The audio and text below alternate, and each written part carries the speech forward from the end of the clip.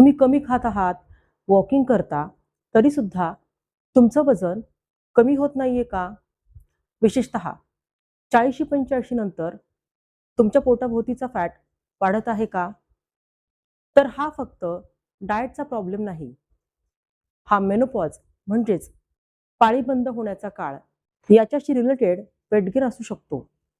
आणि आजच्या या व्हिडिओमध्ये मी तुम्हाला अगदी सोप्या भाषेत सांगणार आहे की हा वेट गेन का होतो आणि हा वेट गेन कमी करण्यासाठी नेमक्या काय काय गोष्टी करायच्यात.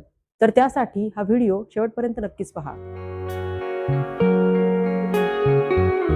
नमस्कार, मी डॉक्टर हेमा, आयुर्वेद तज्ज्ञ, योगा कन्सल्टंट आणि गर्भसंस्कार कोच. आपणा सर्वांचं डॉक्टर हेमा या योग परिवारात मनापासून स्वागत. तर चला सुरुवात करूयात. तर सर्वप्रथम पाळी बंद होताना म्हणजेच मेनोपॉजमध्ये वजन का वाढतं, आधी हे कारण समजून घेऊयात. कारण मेनोपॉजमध्ये आपल्या शरीरात इस्ट्रोजन हार्मोन हा कमी व्हायला लागतो.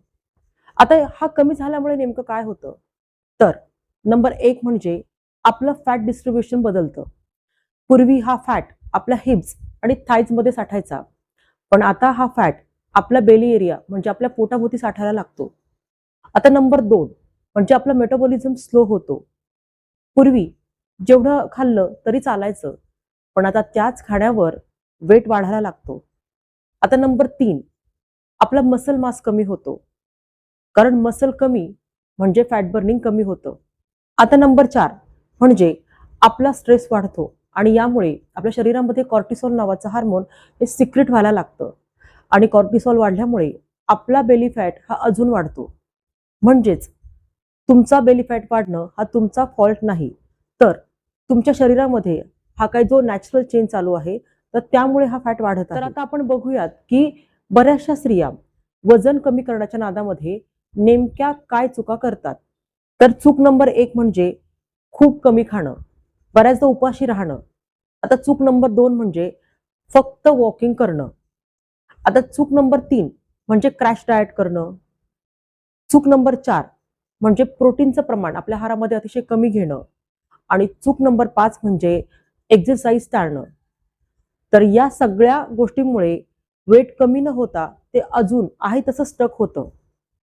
आता ह्या सगळ्या गोष्टींमध्ये नेमकं वजन कमी करण्यासाठी आपल्या शरीरामध्ये, आपल्या दिनचर्येमध्ये काय बदल करणं आवश्यक आहे ते आपण थोडक्यात पाहूया. तर यामधला सगळ्यात पहिला बदल आपल्याला डाएटमध्ये म्हणजे आपल्या आहारामध्ये करणं आवश्यक आहे. मेनोपॉजमध्ये डाएट करणं म्हणजेच उपासमार नाही, तर डाएट म्हणजे योग्य प्रकारचं न्यूट्रिशन निवडणं. मेनोपॉजमध्ये वजन कमी करताना एक खूप महत्त्वाची गोष्ट ती म्हणजे प्रोटीन. कारण या काळामध्ये मसल मास कमी होतो आणि प्रोटीन हा मसल टिकवण्यासाठी खूप गरजेचा आहे.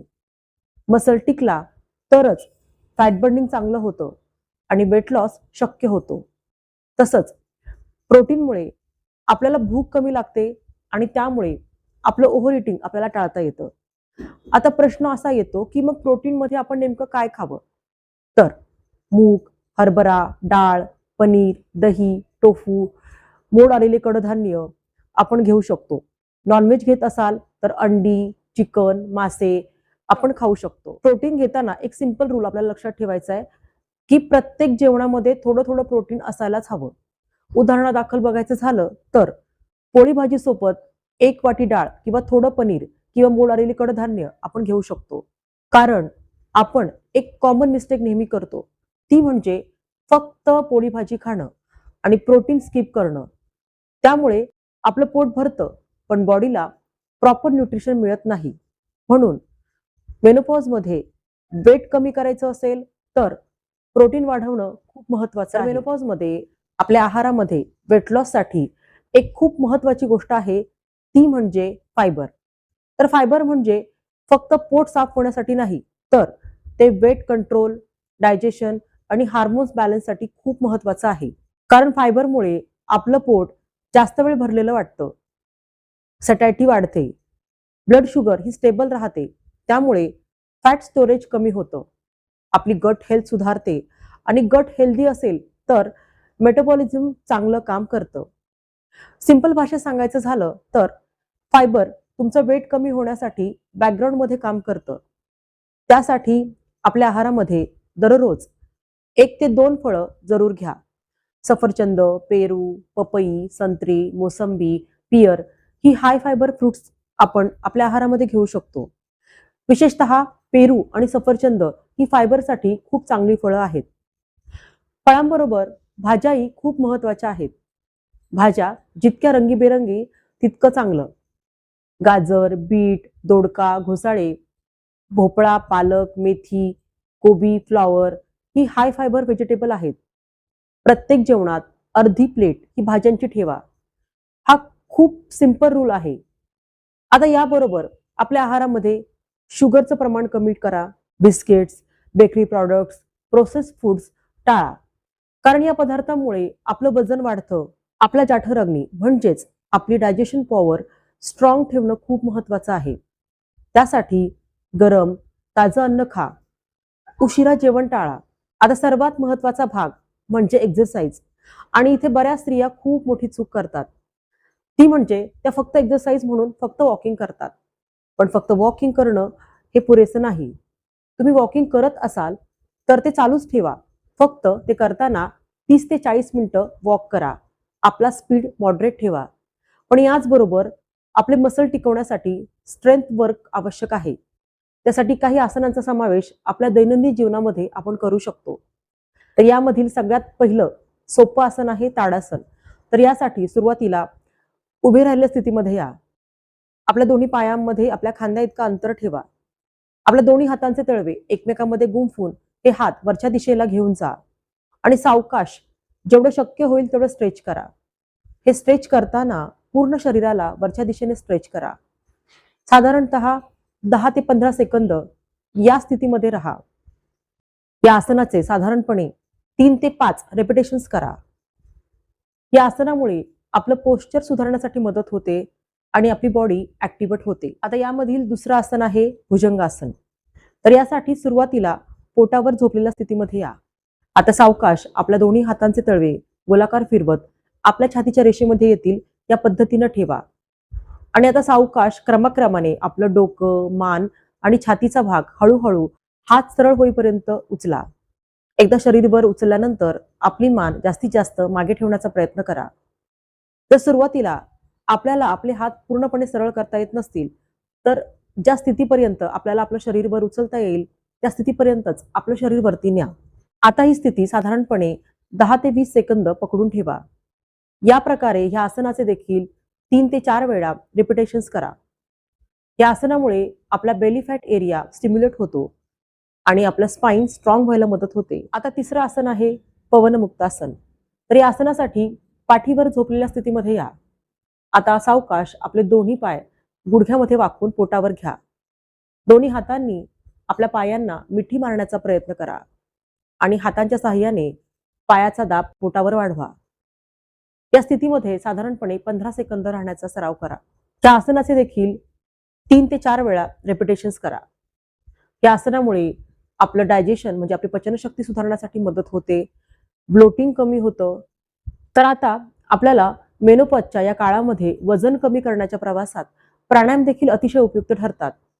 तर कोणते प्राणायाम नेमकं करणं गरजेचं आहे ते आपण पाहूया. तर मेनोपॉजमध्ये स्ट्रेस कंट्रोल खूप महत्त्वाचा आहे. तर हा स्ट्रेस कमी करण्यासाठी आपण अनुलोम विलोम यासारखे प्राणायाम दररोज करावा. हा प्राणायाम करताना याचा सराव 5 ते 10 मिनिटं नियमितपणे करावा. अनुलोम विलोम प्राणायाम कसा करावा या विषयावर मी विस्तृत स्वरूपात व्हिडिओ बनवलेला आहे. याची लिंक मी खाली डिस्क्रिप्शन बॉक्समध्ये देत आहे. जर आपल्याला हा प्राणायाम माहिती नसेल तर आपण हा व्हिडिओ बघून हा प्राणायाम शिकावा आणि त्यानंतर त्याचा सराव करावा. आता याचबरोबर आपलं मन शांत ठेवण्यासाठी आणि शरीरामध्ये वाढलेलं कॉर्टिसॉलची लेवल कमी करण्यासाठी आपण भ्रामरी प्राणायामाचा सराव देखील करावा. दैनंदिन जीवनामध्ये आपण 5 मिनिटांकरता हा सराव करावा. त्यामुळे आपलं मन शांत होण्यासाठी आपल्याला नक्कीच मदत होईल.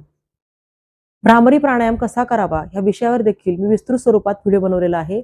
त्याची लिंक देखील मी खाली डिस्क्रिप्शन बॉक्समध्ये देत आहे. तर आपण अवश्य हा व्हिडिओ बघून हा प्राणायाम शिकावा आणि त्या प्रकारे याचा सराव करावा. आता सगळ्यात पुढची महत्त्वाची गोष्ट ती म्हणजे आपली झोप आणि आपलं स्ट्रेस मॅनेजमेंट.